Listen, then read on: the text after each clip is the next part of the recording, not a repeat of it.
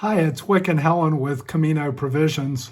Today we're going to be talking about the preparations that we've been making for our upcoming Camino, and so stay tuned.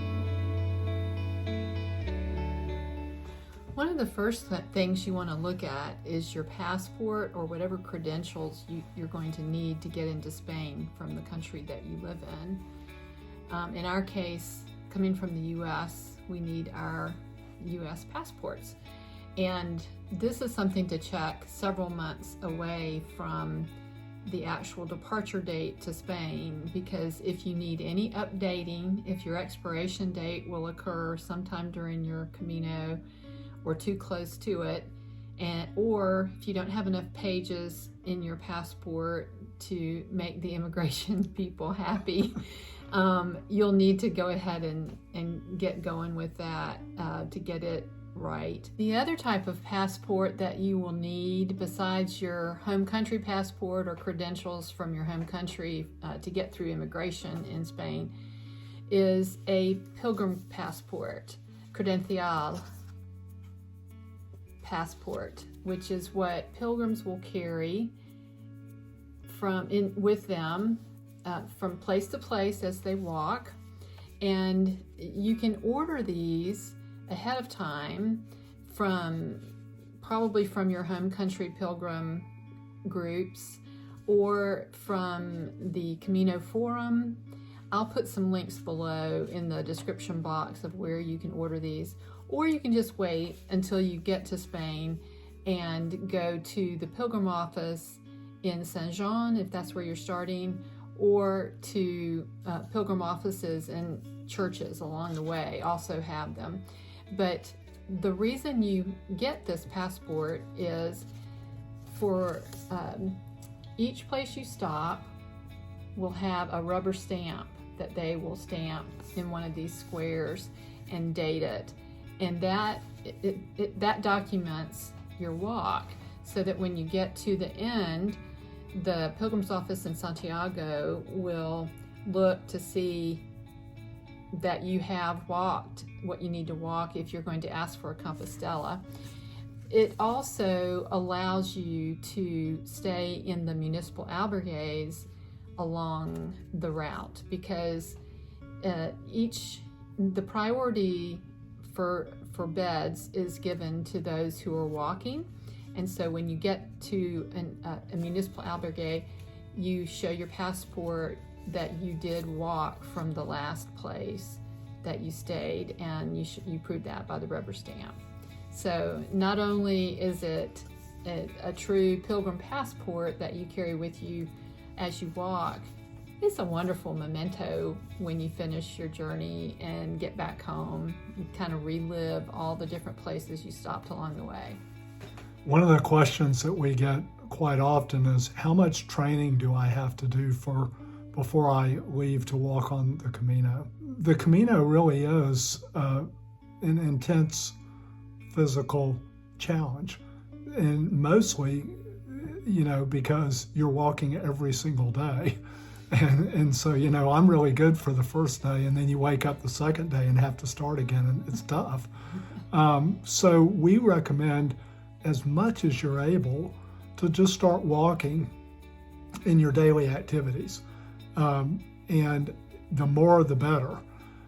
You're breaking in your shoes, you're breaking in your socks, you're just road testing everything, your pack, anything that you're going to be carrying or using. So it's a great time just to get the exercise, and that will pay dividends when you get to the Camino. You'll find just that you're ready to walk, you're able to walk. And again, we can't recommend this high enough. Yeah, we thought we were in pretty good shape before our first Camino in 2007, and we did do some extra training as well. But to do that sort of distance day after day after day is what we couldn't really simulate before we left home and got to the Camino to start walking. And so just be diligent about doing what you can do before you leave, and then being realistic when you get there about setting the pace that will keep you healthy and injury-free. One of the things that we recommend that you also look into is travel insurance. There are two types. The first is insuring the cost of your trip, and then the second type is for medical expenses that might arise while you're out of your home country. Therefore, really depending upon where you're coming from, you have to look into what coverage you already have and what coverage you need, and then make your decision. And it's really, I'd like to say, oh, well, here's a checklist, but it's more complicated than that. And you really do have to look at your specific situation and your specific country. Something that we like to do before we leave home is to digitize our passport pages for the information on them that has our passport number, name, etc., and any other documents that we think are important in case something were to happen to our valuable documents. We digitize them and put them in our photo library on our phones. So if we needed a digital version of them, we would have them with us. We have also taken photos of particular pages out of guidebooks that have information or a map that we want to have with us, but we don't want to have to take the physical book with us. We'll take picture of the page, and then we'll put those in our phone photo library as a PDF. And again, that's something that we can access whether we have Wi-Fi or not, and it would just be information that we don't want to be without if something were to happen along the way. So it's just something to consider doing, something we like to do before we leave home. We also do all of our credit cards, both sides, because the phone number that you call should you have a problem with your card or lose your card is important to be able to call your issuer. So just anything that you can think of that if you were to lose it, what would you do? It's really nice to have this digital copy. Yeah. Something that we recommend is to learn a little bit of Spanish. And the purpose for this is it will help you get around. But the other thing is you're showing the Spaniards just respect, that you care enough to try to learn their language. Fortunately, there are places where you'll speak something with your home accent probably, and they will smile and be able to help you anyway.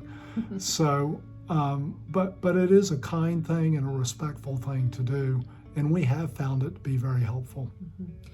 A free app that a lot of people know about that offers some language study and Spanish and lots of other languages is called Duolingo, and we did use that. You can download it onto your phone if you'd like to go through some of the lessons and learn some of the basic greetings and that sort of thing and some vocabulary.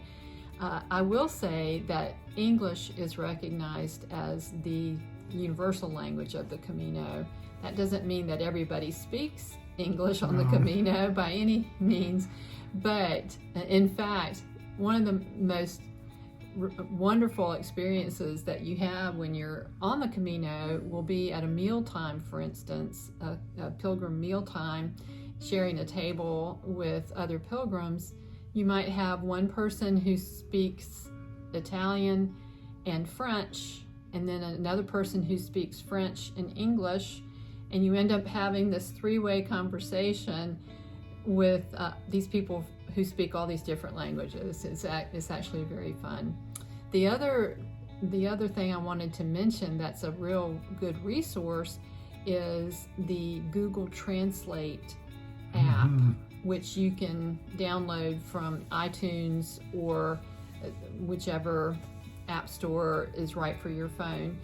But you can actually speak into it and have a conversation with another person. It will translate that way. It will also translate if you type in a word from your home language and ask that it be translated into Spanish, and vice versa. And since we have done a Camino, they have upgraded the app. Again, this is a free app, and you can actually point your phone at a sign or a menu or a newspaper, and the translation will appear on your phone screen for the words that you're pointing at. And so that can be very helpful when you don't speak Spanish very well and you're trying to get around Spain. But so I do recommend that to you as well, to consider that. Yes.